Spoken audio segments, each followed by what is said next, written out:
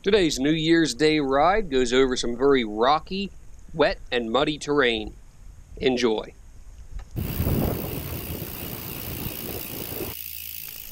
We're starting off with the climbing portion, of course going from the bottom to the top of the mountain. It's roughly a 1,000 foot climb from bottom to top. This is a pretty technical climb on the way up.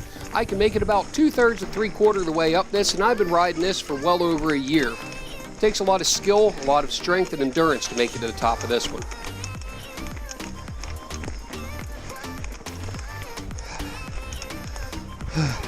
Right here over these roots is where I lose my rhythm and my momentum and end up hiking the rest of the way up this part of the hill. The spots are really wet right now. We've had considerable rain. This is unusual. All the way up the trail there, you can see it. There might be a little trickle of water here normally, but the amount of rain we've been having all year this year has been crazy. So it's trails are quite squishy. I think squishy is the best word. Because I have to catch my breath. It takes a minute. My legs aren't really tired. Just the cardio side, I have to be able to catch my breath for a few. Now the first round of climbing is over. It levels off for a little bit.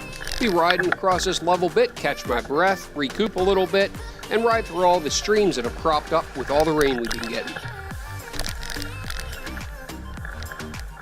Up a little section of rocky road here. A lot of this mountain is very rocky terrain like this. Makes for quite an unstable ride on the way down and a long ride up. Slow going. Still climbing, just keep swimming, and still going. Remember Dory? Well, mine just keeps spinning. I'm about 20 some minutes, almost 30 minutes into just this part of the climb, and I still got a ways to go. Gotta go up to go down. If I keep conditioning myself, it'll improve. I would still rather be up here sucking wind on a trail than road riding today. I don't know if the audio is picking up, but the wind is kind of roaring up there. Look at some of the rock formation. Every time I see not a trail, that really makes me want to try it out. That just means unmaintained, very technical trail. One other thing I did while I was getting off and my dropper up, tore my shorts a little bit. Not the first time they've been sewn up. Probably won't be the last. Little bit.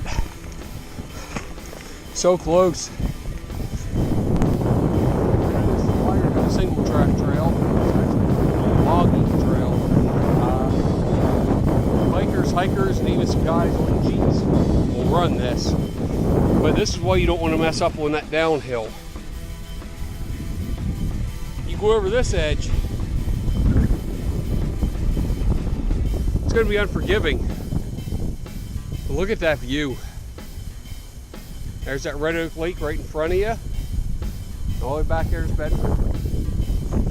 But I'm close to the top. I'm gonna keep moving. Maybe take one more view from up here, and I hate to keep stopping, but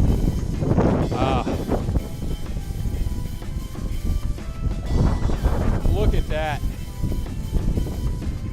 That is beautiful.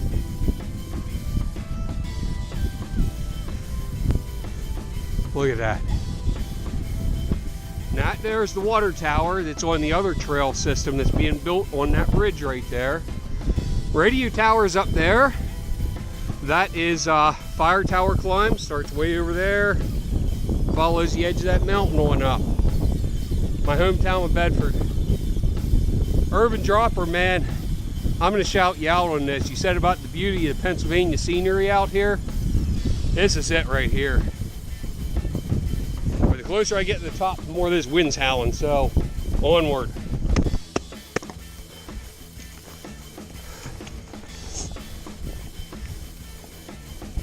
Last little bit. It's been a long, slow climb. It's taken me a hot minute to get up here, but I'm almost to the top. The wind's blowing a little bit up here. It's a little bit chillier, but this view from up here is well worth it, if for no other reason to look out at the town, at the mountains. It's beautiful, and then the best part of all is I get to enjoy a bombing ride down.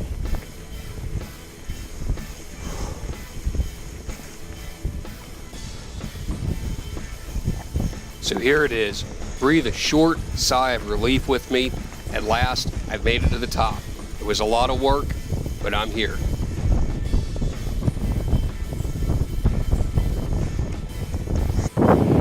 What's up?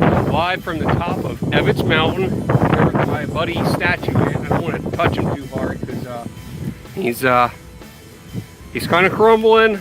Some parts he's seen some better days. Yes.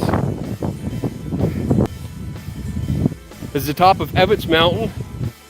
Bedford's out that way, looking out. So let's see. Now that way, that's going to be north, up that way. This mountain kind of runs north to south, due north-south. You can kind of go across the top. I'm pretty sure that would connect in with that one trail I saw coming up. It's marked not a trail, which means it's a technical trail. This will take you down the other side of Evitts Mountain, bring you out on the other side, maybe over that way some more, further south. But right there, that lake is the Bedford Sportsman's Club. That's down off 326. So there it is. So that's the Bedford Springs Golf Course. The lake, I pointed it out when I upload that video and edit it, I'll show it, is right over this way somewhere down below us. Yeah, that's it right there. That's the lake. And out that way where you can't really see is Bedford. And up that way is towards Cessna. If you can catch the interstate, and there's two water towers there. That's one the other trail system on that side runs to. And oh yeah, it's beautiful up here. It's a little bit chilly and windy today, but that's Fire Tower Road. There's a Fire Tower Road that runs up them radio towers and Fire Tower up right about there on that knob. That's Kitten's Knob. And that's one heck of a climb. It's about 1,000 feet of brutal climbing up that Fire Tower Road. But it's not as bad as this climb, because this climb is very rocky. You can see the kind of terrain that's up here. Since this video is going to be running a little bit longer than I intended for one video, I'm going to break it into two parts.